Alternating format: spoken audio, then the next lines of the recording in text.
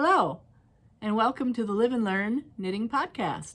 This is episode 13 of the podcast called Leap Day Fun, also known as I'll Take Potpourri for 100.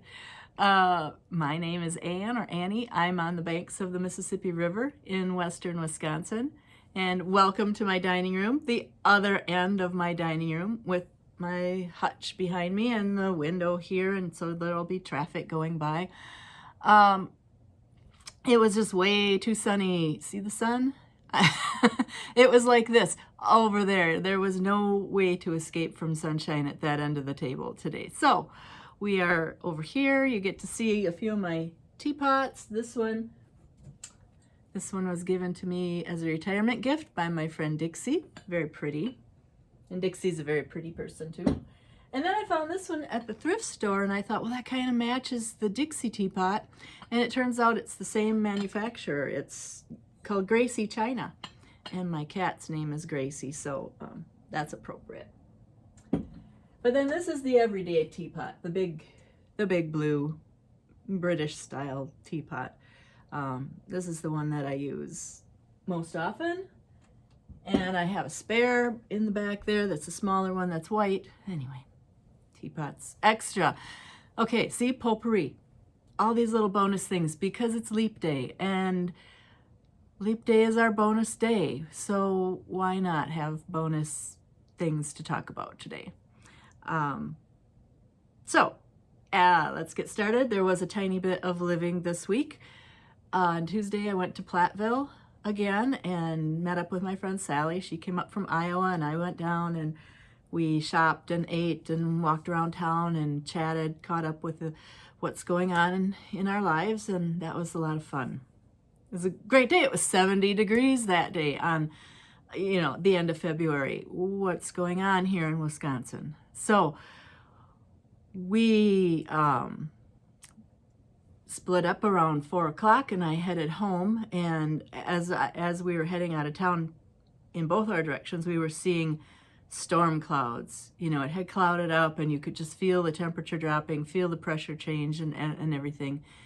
And I stopped in Viroqua to see a friend, and we drove up to La Crosse together, and I dropped him off. And by the time we visited and did all of that, and I started heading home, it started snowing, and not a whiteout blizzard where you couldn't see to drive or the roads were getting impassable, nothing like that, but just this beautiful snowstorm of snow just flying all over the place. And we just haven't had snow this winter much at all. So it was actually, I'm going to say it was delightful to drive through that snow and just see it blowing all over. And,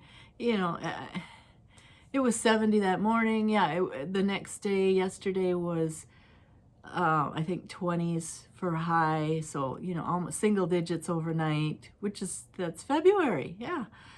So, but we have just had an abundance of sunshine, and February has not felt like winter at all. I was actually out many times doing yard work during the day.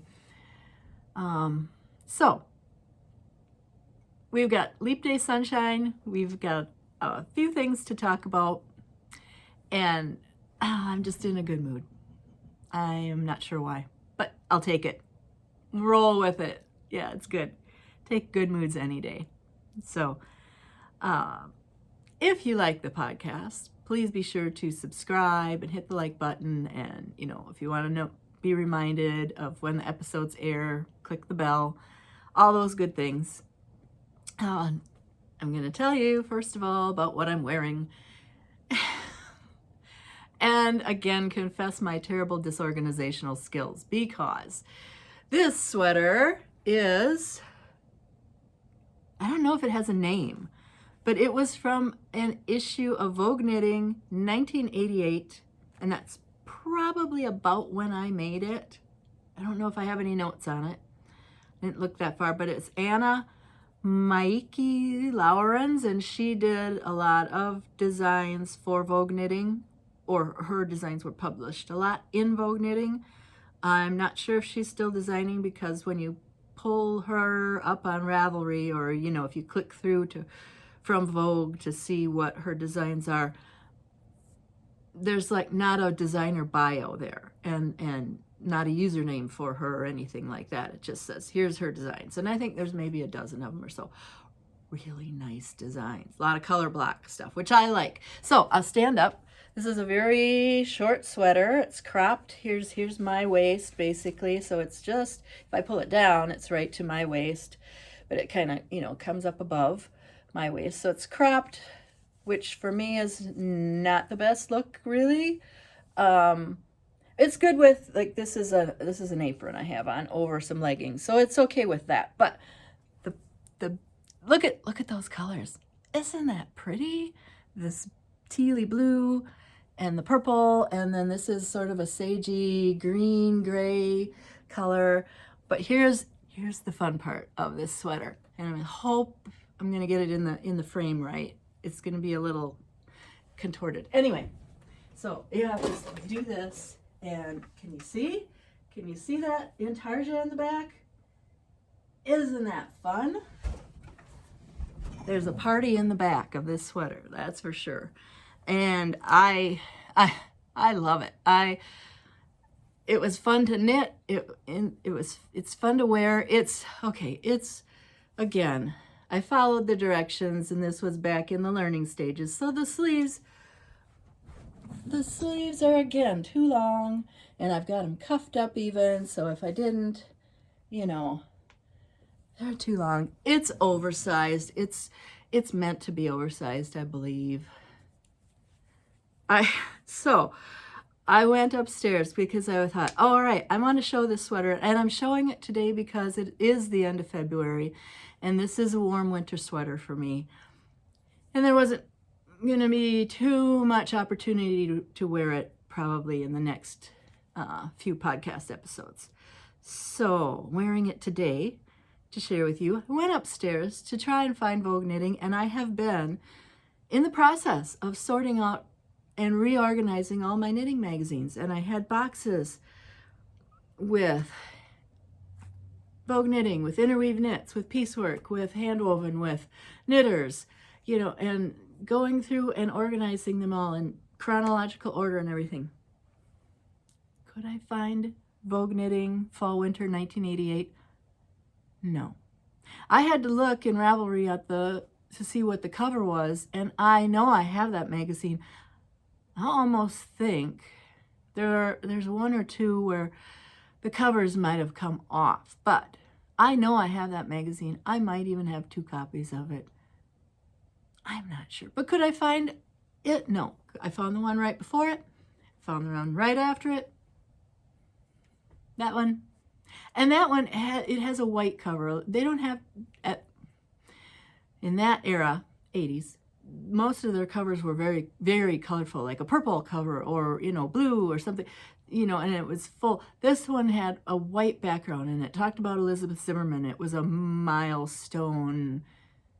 I don't remember if it was what had happened, if she had turned a certain age, or if, you know, a book of hers came out, something, you know, it was a big, so she was a feature in that issue. And Meg Swanson, her daughter, always has an interview or an article in Vogue Knitting about some technique or other, garment or other. And anyway, it's a good issue. It was full of information and full of good sweaters. I couldn't find it. I couldn't find it to show you how beautiful the photo shoot was of this sweater and what the model looked like. But this is, yeah, a sweater, mohair in intarsia from Vogue. And the yarn I used, again, was these are the cones of yarn from the knitting mills in Winona, Minnesota. And this is an Italian wool mohair blend or wool mohair nylon blend. And look how fine. I mean, this is a lot like these carry along yarns. And I know there's you know, sunshine here, so it's hard to see. But yeah, just very fine strands of yarn, and it does break, you know, really easily. So I for this sweater, I looked underneath here at one of the little tails, you know, right here in the color work right there, and I counted, and I used 6 strands of this held together to make, you know, this section, to make each color. So I probably, you know, I probably caked up 3 balls, wound 3 cakes on the yarn winder, and then used inside and outside of each cake and kind of staggered the joins, etc., etc. But yeah, 6 strands of this, of each color. And, you know, that's just such a nice rich blue. And I have the purple still, I think, somewhere. I haven't used it all up yet. But each one of these cones was at this fundraiser, I want to say for $2. So here's a $6 sweater. Here's plenty left to make more sweaters. And I have made a lot of things with this yarn over the years. It's really nice, and it's so soft. It's light as air, you know. It's very lightweight. It's very warm. I've woven a blanket. I'll have to show that one time when I talk a little bit more about weaving someday. It's just lofty. This is so lofty, and yet it's so insulating and warm. And in fact, today, after I finish the podcast, it's going to be chore day, and I really need to get cracking on certain cleanup jobs that are long overdue. And I will have to take this off and put something else on, for one reason, because with these long sleeves, well, like, they get in the way, especially, you know, I'll have to be getting my hands wet a bit doing some dishes and other scrubby type stuff. So this gets in the way, and I could cuff it up higher, but that just gets so bulky. And this is more of a sweater. The more I move around, which I really need to move around today and get some of these chores done. So the more I move around, the warmer I'm going to get, and I will get overheated really fast in this sweater. So I'll be changing and putting on something that's a little bit more aerodynamic for cleaning. Who would have thought there's such a thing? But there is, probably. Anyway, this is a good sweater to cozy up in, sit on the sofa, watch movies, and knit, you know, and maybe even pull the sleeves up a little bit so they don't get in the way of the knitting. But yeah, it's a good cozy sweater. It'd be a sweater I'd put on if I wasn't feeling well and was just going to and read and not move too much. Yeah. So, and I haven't worn it a lot because it is so cropped, and you know, I've got a big lower belly that I don't really like to have on display. But when you wear, and I don't know if you saw when I stood up in the back, this is the thing I'm wearing is just an apron, a linen apron that I got at Trader Joe's one year, which is very comfy, and I wear it a lot over everything because it's got a pocket in the front. And I don't know if I've ranted before, but I will rant now and in the future that women's clothing does not have a lot of pockets. And that's probably why there were aprons back in the day. And, you know, so yeah, I like the pockets for carrying hanky and my cell phone and numerous other things. Maybe a little knitting project. Anyway, that's the sweater of the day. Vogue Knitting, 1988. Don't throw them away. Go look for them in thrift shops. Go find them. They are great magazines. They still have designs in that are makeable. They're timeless. Some are not. Some are. It's worth looking at them for sure. And I will link to them. And I want to just also mention I'm gonna talk a little bit about some things from last time. You know, last time I showed the pattern that was in a creative knitting magazine, and I gave the drops link, and then when I was looking online, I found the website, and I've seen it before, this Wayback Machine, and it's a knitting archive, internet archive website, and it had it had that issue of creative knitting on there, and so I put a link to that in the show notes. The whole issue was there, and I am not sure how that is possible, that they can, you know, have those links. There were some links on there. I started digging around in that website because I've seen it before for single patterns and like independent. There's a pattern in there that I designed or co-designed, co-adapted with another knitter. I'm not sure how they can show or display link to copyrighted material in that website. Because one of the things I found were full episodes of Poirot on there. You know, just there they were, free for viewing. And there was something else that, I don't know if it came from that website.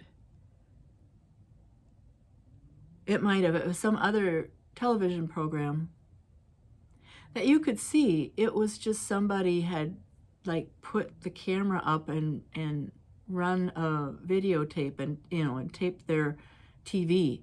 I mean, it was a really poor, it was like bootleg. And it was but that might have been the Poirot thing. Because I started looking at this episode of Poirot, excuse me, and, you know, it had the big FBI copyright notice on it and everything. So they were clearly playing a VHS tape or, you know, an old video. How is that allowed? I don't know. I'm not going to lose sleep over it. I'm going to try not to think about it too much, you know. But I did link to that issue of creative knitting. I didn't look to see if the Vogue issue that I can't find is on there. I might do that afterwards when I'm writing up the notes for today. Excuse me. Oh, no tea today. All the teapots, no tea, water. Oh. So, yeah, we'll see what they, if I can find it. I will for sure link to the project page on Ravelry. I haven't put mine on there. I need to. Maybe this will make me do it. So that's item 1. Item 2, you'd think I'd had about 3 cups of coffee, as wired up as I am this morning, but I haven't. Anyway, item 2. I didn't bring the book I finished. I finished reading a book, and I do want to, sometimes if I'm reading something I think you might want to know about, I want to share that. So I did just finish a book a week or 2 ago, and it was a cozy mystery, and which one did I do? I just finished number 15. Okay, so the series is called, the first one in the series is called Cruel World, and it's Monica Ferris, and they say a needlecraft mystery. And it seems like, I don't know who was first. I don't know if Monica was first. That's the first one that I noticed in the bookstores or heard about online and sought out, because shortly after this series started, there came a series Hooked on Murder, which is crochet-based mysteries. There's one I read and I stopped reading because they became too, I don't want to say boring, but maybe too predictable. They were set out in Denver area, I believe. Regardless,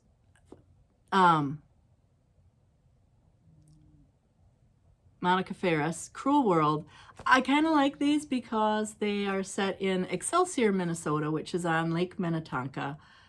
And I'm familiar with that area. You know, I would go up to this. I used to work near the Twin Cities in Hastings for a short time. And so I would go and explore the whole Twin Cities area and some of the suburbs and that, and just on weekends, you know, for something to do. So, and we go up there for workshops and conventions, and, you know, they've got a wealth of yarn shops and needle workshops in the Twin Cities area. And it's, yeah, you can have a great shop hop yarn crawl up there. So I was familiar with a lot of them. Still go to a few now and then. At any rate, so yeah. Cruel World, Framed in Lace. This is the first one, of course. So this is the origin story of how, you know, all the characters, well, not all, but, you know, a few of the main characters get introduced in here. The whole premise of how she comes, Betsy is the main character's name, how she comes to own the yarn shop, solve the first mystery, all of that kind of thing. It's in here, and then in subsequent books, some new characters get added, some new themes kind of enter into the story. And I realized I hadn't read one in a while, and I thought, well, I'll just cleanse my palette, you know, in between other genres with one of these. And so I just finished number 15, which was called Threadbear. And I realized partway through it, these are just basically Nancy Drew mysteries for adults, because they are very gentle, very tame. You know, there were 2 murders in the Threadbear episode. One was, oh, I'm not going to give anything away. But there were murders, there were bodies, but, you know, it wasn't gruesome and gory, and there wasn't a lot of violence. And even if there has been violence, which I don't think there's been very much, it's not blood and guts and vengeful and gory and all of that. It's gentle, which I like, because I think there's just, I don't need all the bad things in the world. So, and the mysteries are thoughtful. Like the Threadbear, the mystery revolved around homelessness. The 2 bodies that they found were homeless people, and so at first they were writing them off as hypothermia type cases, and then they realized that they were not. And so the whole subject of homelessness and going into shelters and things like that was discussed and became part of the story. And that was, you know, if we don't think about that, we need to. And so it was good. It shared some information on that. There have been other ones where she's shared, you know, there's always something, a tidbit that you learn about, and maybe you knew about it already. Maybe it was something completely new to you. So interesting, light, you don't, you know, and quick, of course. Just like I said, a palette cleanser. There are 19 so far. Now, the last one she wrote was in 2016, so I don't know if that's the end. I don't know if when I get to that, it'll just wrap everything up and go, okay, we're done, or if she just stopped abruptly. I don't think she's passed away. I think she's still living. I'm not sure if she does any other writing. And this is actually a pen name for this person. But on Fantastic Fiction, they don't, that I can remember, link to anything else that she's written. So Cruel World, Needlecraft Mystery Series, there are, 19 volumes. It's good fun. And, light and relaxing. Cozy. So that's what I had just finished reading in the last week or so. I'm on to a new current contemporary fiction, which it's okay. I'm not falling in love with it. But if it turns out fine in the end, you know, and I decide that I'm happy with it, I'll share that one with you when I finish. So that's my reading material. Just want to say, because this little creature is sitting here. When I cleaned off some of there was some detritus on here before I started recording. This little guy hangs out on the shelf over here. Look at, isn't that cute? That's it's called a mini window kitty. I made this on my birthday one year when I was it after? I had an orange cat named Rusty, and he was a British short hair, and he was I will say it, he was the love of my life, that cat. He knew me, he could understand me, and we had a bond. And he's out in the backyard now. He passed away in 2017. He was 19 years old. So I was missing my orange kitty. So one year on my birthday, when I was just hanging out by myself, which I like to do, I'm fine with that, I made this little guy, little orange kitty, out of fingering weight yarn. And yeah, he just hangs out here on the bookcase. And you know, this little thing, I think it took me most of the day. I mean, I wasn't rushing through it or anything, but it took a little bit longer than you'd expect for this little teeny tiny knitting project. Oh, and here's some things. I didn't do a great job of cleaning.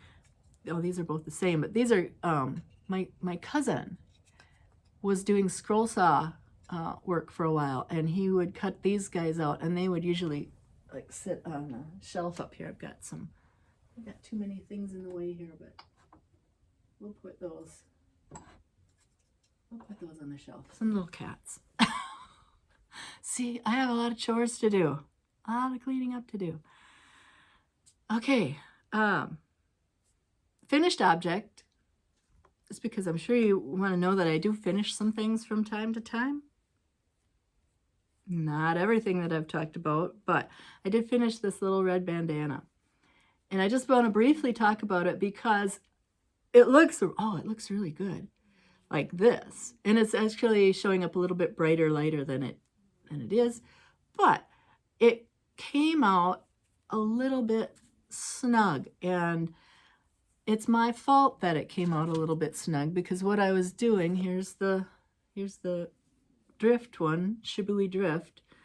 I was just taking it and, you know, I gotta do the right side, holding it up against this one. You know, here's the end, and so yeah, I was just holding it up against there, and like, okay, I think that this, you know, it had to get down to here, and I'm showing that backwards, sorry. So, you know, this end had to be the same length, and that's when you end. And that's what I did, but I kind of think I stretched it when I was measuring. I didn't use a tape measure or anything, because at one point I thought, well, I think I have about 8 rows to do, and I did a couple, and I put it up there. I thought, oh, it's done. Well, it really wasn't done, because look, you can kind of see then from this end that it's that much shorter. And that's the neck edge. That's what you have to put around your neck or put around your head. So it is just a little shorter. It's not bad. I can still wear it. I haven't washed this yet, so it might stretch out a bit, but here's why it's smaller. And I should have been thinking about this when I was doing it. And that's why projects like this are such a great learning experience for, you know, gauge swatch, practice with yarn. How does the yarn work? What are the yarn qualities and that you have? Because this Shibui drift was a 2-ply, I believe 2-ply or more yarn. So applied yarn. And yes, garter stitch is stretchy, springy, but because it is a plied yarn, and it was a very springy on its own plied yarn. This is a singles yarn, not springy on its own. You know, doesn't have bounce and elasticity on its own because it's not plied, it's a singles. So I should have known that, because what that did was for this edge, the edge is not as stretchy because the yarn is not as stretchy. So the edge is a bit tight. You know, you can feel that it's not as springy as this. That's another reason why this is snug. Now if I do this enough times, it probably will be okay. And I can get it on and off. I'm not going to do that because look at, I kind of do have an okay hair day today, so I'm not going to mess my hair up and put this on and show you. But you know, it's the ply of the yarn. And also because of that, I think I mentioned this was one skein, a 50 gram skein of the Shibui drift. And so, you know, I weighed it on the scale, and I think it weighs 52 grams or something like that. So, you know, maybe just a little over they were. Well, this practically the same size, also DK weight, but because it's a singles, this only weighs 36 grams. That's a big difference. And it does feel thinner, which is, it's fine. It's still woolly wool, and it's going to, be warm around my neck and fit nicely on my head. It's still okay. But what a difference, 34 versus 52. So a lot to consider when you're making a project. And that's why it's kind of good to get some yarn, play around with it, experiment with it before leaping into a large project with that yarn that may or may not have, because if I had done a sweater in this and a sweater in this, oh gosh, totally different outcomes on a huge scale, a large scale project. So something to think about. And it's fun, again, project like this is a palette cleanser, just like this book is a palette cleanser, just something short and sweet to learn from for the future, keeping in mind. So that was a finished project. Seems like there was something else I wanted to say about the last episode, but I don't remember what. It'll come to me, and I'll write it down for next time maybe. Okay, so my goal for last year, this year, goals have been to not start a whole lot of new things, finish old projects, finish up whips, and also not to buy yarn. And I should also say not to buy fiber, not to buy things. Last year was kind of tight financially. This year it's a little better. But, there's no reason to be loosey-goosey with finances. So, and I have enough. I have more than enough. I mean, I'm still using up my stuff from the 80s, so I don't need more. But the lure of the knit-alongs are happening now. Oh, knit-alongs and make-alongs and that. And Miss Andrea Mowry, Drea Renee Knits, she started 2 this week. Not just 1, but 2. Well, 1 officially starts tomorrow. And, she'll have a podcast out tomorrow. She had a newsletter that came out today, and she talked last week about the other one on her podcast. I'll knit if I want to. But so the first one started, and it was the Spin It to Knit It knit-along, which runs from February 22nd of this year to February 1st of next year. So it's a whole year. And I thought, oh, well, a whole year. And she just motivates me to do some spinning, and I'm just not, I need to practice and get better, or decide that I just don't like spinning. But I do, and I've had some successes with it in the past, so I think I like it enough to keep going. Unfortunately, I don't seem to like it enough to dedicate the time to learn more. And I thought, well, all right, her theme for this Spin It to Knit It knit-along is to knit any of the projects in her Traveler series, which she's got a cowl, a shawl, a hoodie, a crew neck version, a shell, and I don't know if there's another thing, but all of those different things. So you have your choice of which Traveler project you want to make. Oops, sorry. And I did buy the Traveler cowl pattern already. I have it, and I thought I do like that. And having just made a cowl, I thought, well, I could probably, spinning for a cowl wouldn't be that much. Knitting that cowl wouldn't be that much. And I have a whole year to do it. Okay, I'm in. I'm in. Yay. I'll do it. And I'll even spin the yarn for it. Yeah. And did I go upstairs and pull yarn out of my stash to do it? No, I didn't, because in her newsletter, when she announced the Spin It to Knit It, Knit Along, she linked to her partner for this project, La Mercerie, and darn if they didn't have beautiful, beautiful braids there. The last project that I had success spinning was some Blue Face Leicester that someone sent me in we were doing a gift swap of some kind, and this person sent me Blue Face Leicester yarn, and I spun it up and I enjoyed it, and the project turned out great, and I even entered the hank of yarn in the county fair and won a ribbon on it.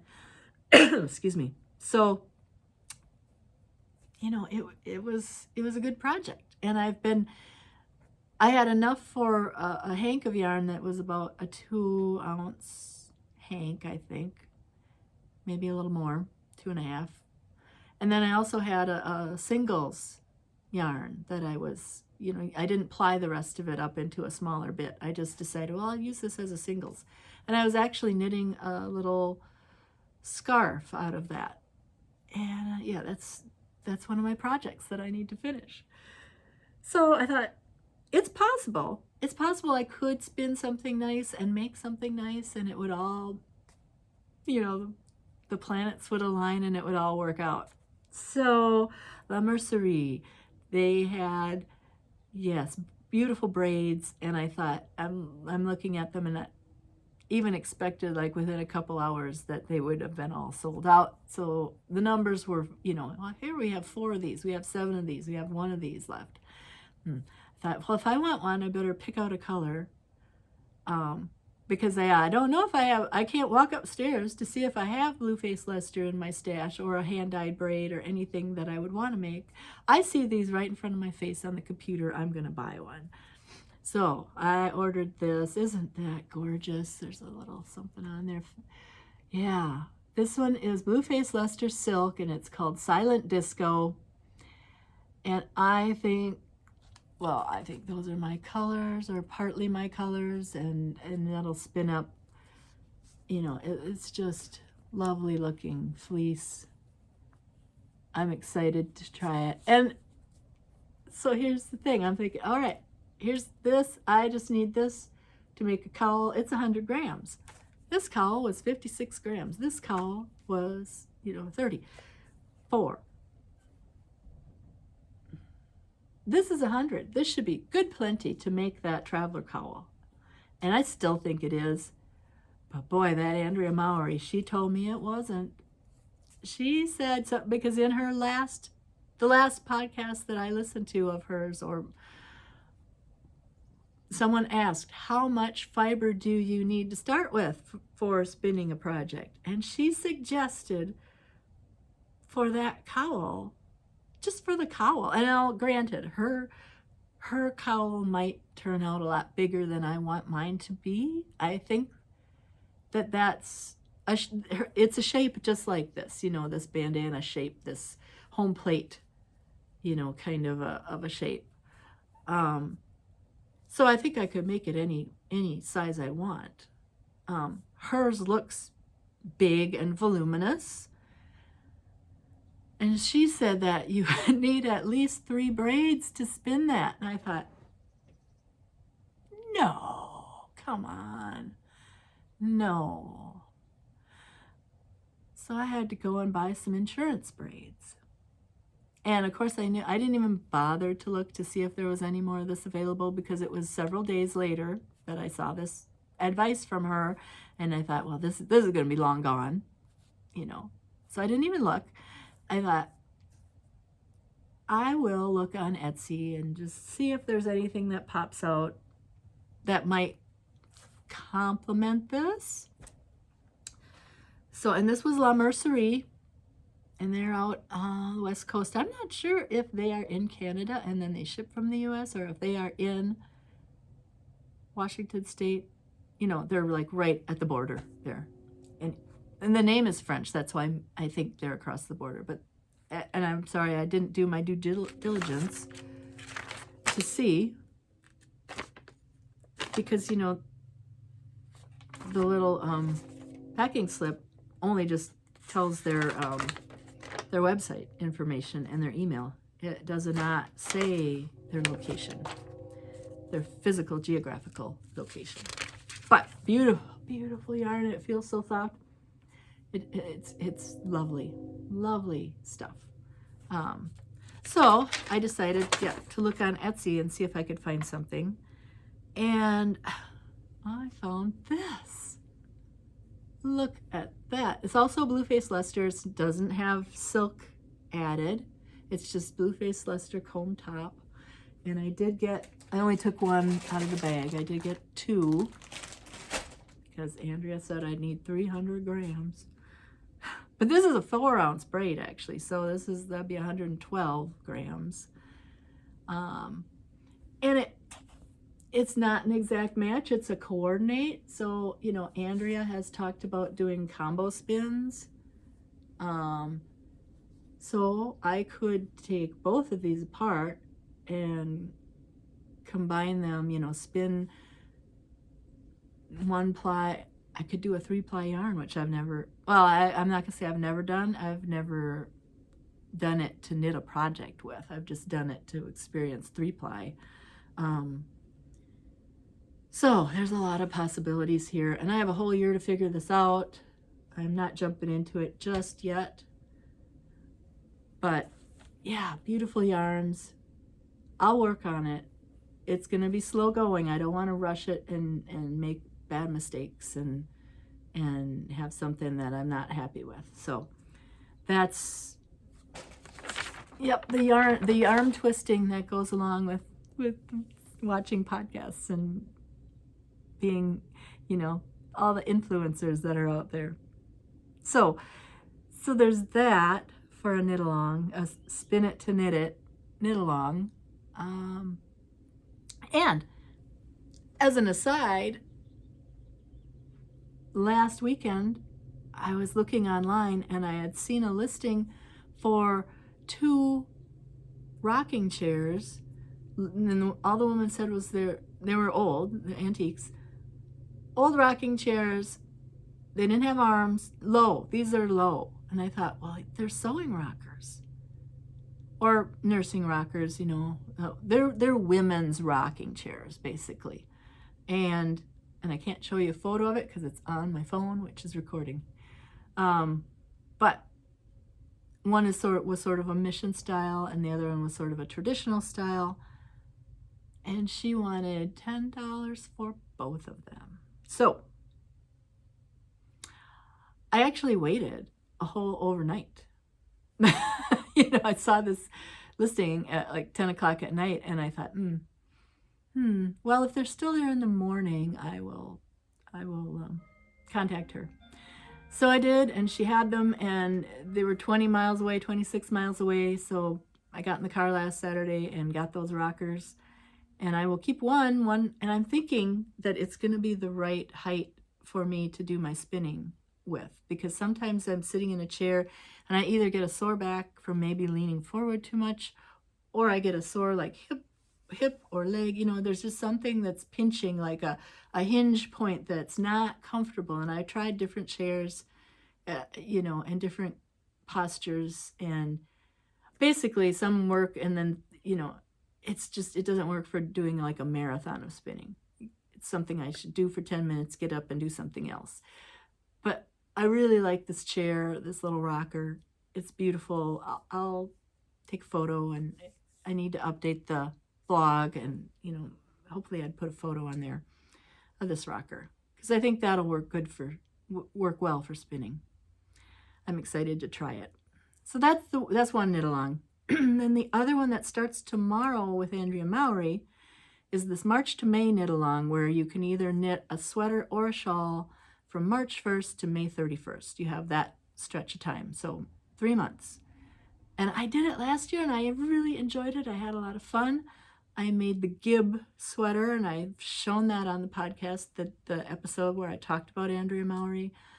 And it was a great pattern, and I loved the sweater. And so I looked at her sweater patterns, and I thought, well, I've got so much other stuff to do. I don't want to do something really complicated, and I don't want to have to buy yarn.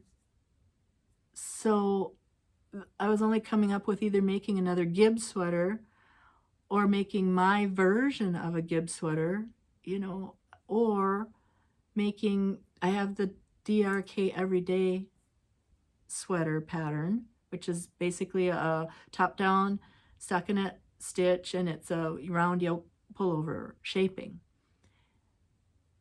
And I couldn't just, you know, that's, so it'd be easy. And that's sort of what I was leaning towards.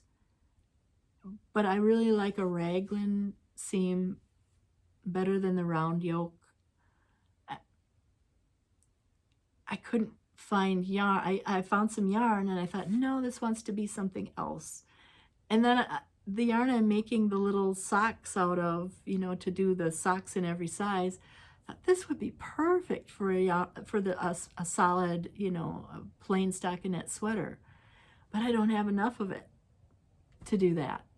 So decisions, all these decisions, and I'm still not sure I'm going to do that knit along. Although this morning, when the newsletter came in my email and she showed all the patterns, she showed the the tessellated vest was on there. And I thought, oh, vest, sleeveless, that would be fast, or fast. I haven't finished those tessellated socks yet. That's not fast, but fast because there's no arms to add. So I could work on it while I'm working on other projects. I could sneak in some rounds here or there, you know, and it's a vest, round and round up the body. So complicated bits would be the sleeves. So I might go and stash dive for that. But I also might just skip it. And here's why I might skip it. Because I started something else this week. Because I have no willpower or smarts. So I started, this also popped up as I was online on Ravelry looking for a good Andrea Mowry sweater pattern to try, because I don't, you could do a shawl, and she might have a shawl on there that I would like, but I just don't wear shawls that much. Actually, I think there is one of hers that I wanted to try that was a long rectangle. I should look again. That might be an answer too. Do a shawl, do something different. But as I was on Ravelry looking for that, I noticed that I had a message in my inbox, and I had gotten an email that there was a test knit available. And when I saw the pattern, I thought, oh, I have to do this. I have to do this test knit. I missed doing a couple test knits for Stephanie, and this is one I would do and wear. So here, look at that. Isn't that fantastic? Nice. To me, it looks like a summer sweater, I guess because of the short sleeves. And it almost, it's not, but that looks like a cottony yarn. At least I don't think it is a cottony yarn, but doesn't that look comfy and pretty? And Stephanie Lotvin, who is Tellybean Knits, she is the color guru. She can combine all the bright colors together and make it work. And she tells you how. She's got a book. I'll link to the book in the show notes because I cannot remember the title of it right now. Probably something like Knits with Color or Colorful Knits. Or during the pandemic, she did a Zoom video conference seminar, webinar for the yarn shop in Northfield, Minnesota. And I'm blanking on the name of it. But it was a great seminar. I loved it. She was so I wish I would have, I don't think it ever got recorded anywhere, but it was so full of information on how to take the self-striping yarns and combine them in a way that doesn't make them look like you just threw a lot of together, you know, a lot of stuff together and it's all fighting each other. She has designed all of these projects that make them work well together and play nicely together. So, and you know, everything from kids projects to adult sweaters, and how to make those beautiful hand-painted, hand-dyed yarns shine. She's a marvel at it. Obviously, look at that. So I thought, yep, I've got to do that. So I jumped on, sent her an email. Here's some more photos. It's got a lot of ease up here. That's a lot of ease. I don't think I'm going to do mine with that much ease, but we'll just see what happens. Since it's tapped down, that's all adjustable. So I said I would be happy to test out a size. I'm doing size 5. She's got 10 sizes from this pattern. Goes from a 32-inch bust to a 68.25-inch bust. So, you know, everything there. 4 colors of yarn. Since it's a short sleeve, I mean, it can, and cropped, it can use less yardage. And so she answered back right away, sent me the pattern. I got into it, and I went upstairs, and top of the stairs, there's a bin. I didn't even have to, you know, go all the way up and turn around and go into the room. There's a bin at the top of the stairs that's got some Malabrigo in it, and this was there. And let's see if I can hold these all up at once. Look at that. Isn't that fun? So those are going to be my colors for this sweater. And right now, I've got this for the top, and then this for the body, the large part at the bottom, and then this would be the yoke pattern in between. And I'm thinking I'm going to stick with that. I did start. I started this on Monday, and then I was gone all day Tuesday, and yesterday was Wednesday. I did laundry and chores all day. So last night I finished my little ribbing, and I started just now. I'm ready to start short rows, but I'm looking at this and I'm thinking I might, you know, just with how it seems a bit loosey-goosey for me. I'm a very loose knitter. And I know that's ribbing, but there's a couple rows of stockinette there that, you know, to me look a little loose. So I might wind the next ball of this red and go down a needle size, start again with the same number of stitches for my size, and try it on, make sure I can get it over my head. I can get this over my head. I was a little worried about that, but I did a loose cast on and just a long tail cast on, but on a size larger needle. So I might go down a needle size and see, because I'm a little worried when I get into the stranded color work. It's my pet peeve of when you're doing stranded color work and it's so open, so loose that you can see all the strands running through the back. That, I don't want that. I don't want it to be so tight that it's, you know, pulling and cast iron, but I don't, and this is, I'm trying to think if I'm doing a mosaic, I'm doing the shift cowl with this, and that hasn't been an issue. So I wanted to find my shift cowl and see what size needles I was using for that, which is back and forth, and I thought it was a size 3, which is what I'm using for this, which is just a size smaller than what she recommended in the pattern. So I think that's pretty good for me as a loose knitter. Do you think I can find that shift cowl? I saw it not too long ago, but it's eluded me. And the thing is, when I saw it, I wanted to work on it, and I couldn't find the pattern. The pattern had gotten disconnected from the project bag. I know where the pattern is now. It's right in the living room on the coffee table. I see it. But can I find the project? No. Do I remember what bag I put it in? No. It's not in the living room. It's not on the stairs going upstairs. It might have gone all the way upstairs. It might be in the spare bedroom. I need to do chores today and find that darn thing. See what needles I'm doing. work on this, try another needle size. This is fun. This will be fast, I'm hoping. Oh, yeah, because she's got a deadline. And they're actually, if you go on Ravelry, if you're very interested in this, if you go right now on Ravelry, there are a few sizes still open to test knit, mostly the very small end of the spectrum and the very large end of the spectrum are still available to test knit as I say this. The last time, several weeks ago when she came out with a hat design and she put it, that filled up so fast, I think, because it had less sizes and she didn't need as many testers. But, so, it'll fill up, but, yeah, if you are interested, there's still some sizes available. Act now, as they say.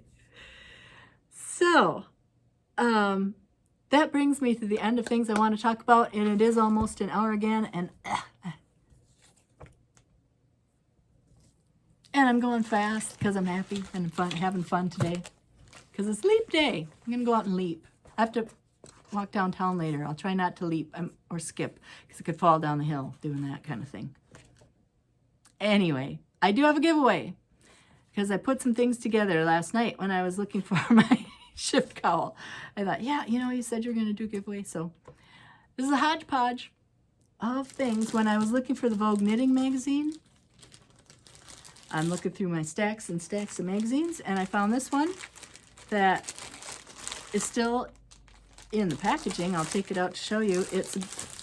Now I'm trying to remember if this is, I believe it's British. I don't think it's Australian. I believe it's a British one. Let's Knit. These were available. I think they still are available at Barnes & Noble. I did subscribe to one or two of these, like Simply Knitting or something, for a while, and so there's a lot of fun patterns, just kind of fun to see. There's a vest. No, it's not a vest. It's a pullover, but a cropped one. Some color work. So lots of little articles. Ooh, look at that. Stash Buster. You bet it is. All those stripes. Wouldn't that be fun? A cropped cardie. So, and there's a few more, versions of it. You could do it any length probably. So, yeah, this. And with these British magazines, when they'd be at Barnes & Noble and that, and to subscribe to them, every issue would come with some kind of a bonus thing. Sometimes it was a calendar, sometimes it was just a pattern. This one comes with a pattern for this bag, which I wouldn't make because I'm not into that loopy stuff. But here's the handles for the bag as well. So, you can make any kind of bag you want and put these handles on. Isn't that fun? So the handles and the free pattern and the magazine, that's all one bit. And since like I said, I am reorganizing my magazines, and I have duplicates of some because, friends would give me magazines. I don't say no when they offer stuff. Never say no, because there could be a gem in there that you really, really need, or really, really want. Have been looking for forever. But it has an extra issue of this copy of Vogue Knitting, which is Holiday 2017. Look at that nice sweater on the cover. Round yoke, Fair Isle, plain knitting. Such a good project. Here's a nice article about textured knitting. The theme of this issue is new Nordic knits, and I love the Nordic. I love such Nordic stuff. So there are a lot of good articles and projects in here featuring, look at that blanket. And then that sweater, the modern Scandinavian, and a hat. There's that cover sweater again. So just some good, and then they have some color theme issues. This looks cozy. This little Ruana type poncho project, knit side to side.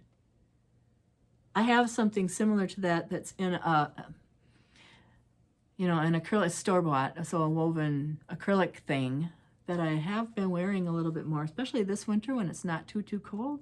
That's easy to throw on, but a hand-knitted one would be exciting to do. Maybe not exciting, but fun to wear.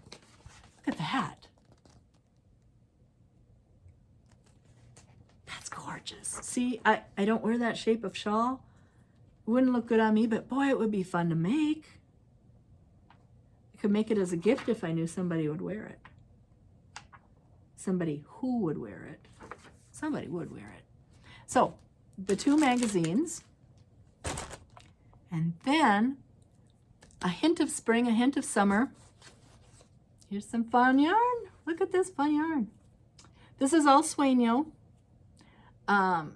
Single skeins, single skeins of one each of these colors. This is, look at the bright blue and green. That's a great combo.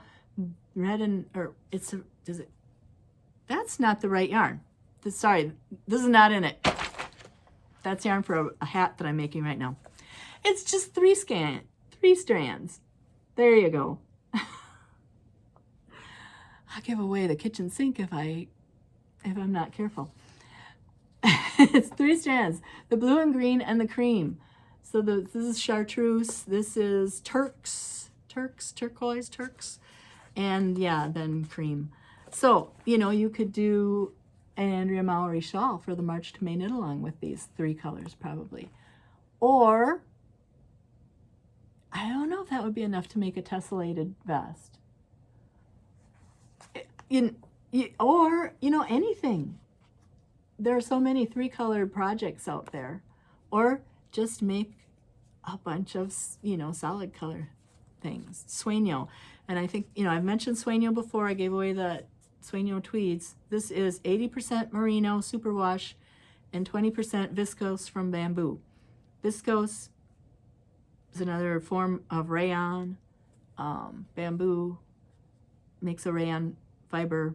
I just bought a dress on Tuesday at one of the thrift shops we went to, and it was from the Gap, and it said it was Tencel or lyocell. It said it was lyocell, and when I checked out, the woman said somebody else was looking at this and they didn't know what lyocell was, so they didn't want to buy it. It's like, well, it's a rayon, and lyocell is a rayon made out of eucalyptus leaves. It's good that they're using natural fibers to make yarns with, but that process of making lyocell and viscose from bamboo, it's still very caustic, and it's still very water consumptive, and there are chemicals involved. It's not as eco-friendly as it could be, as others. It's not a top choice, but it's in this, it's here, it's done. Enjoy it while you can.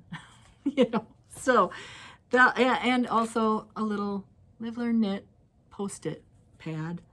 So that'll be the giveaway for the next episode. Enter before that. And I am not sure if I'm gonna do it in 2 weeks or 3 weeks. We'll see. So enter by, let me just check the calendar real quick. Enter by March.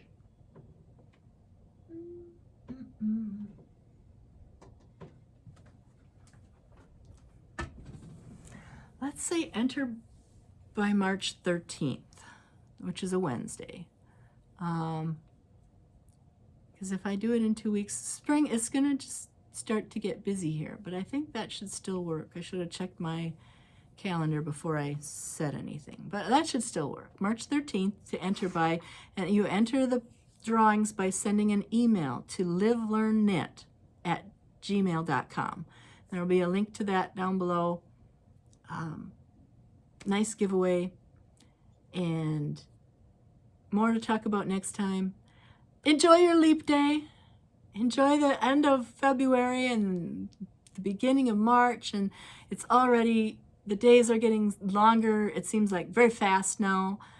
It's light or getting light at 6 a.m., fully light, before 6:30. It's so nice to see the sunshine return. to see the brighter days. Yeah, I'm definitely a sun-based organism here. So, is that enough potpourri for you? I sure hope so. One thing I noticed, oh, I'm just never going to stop.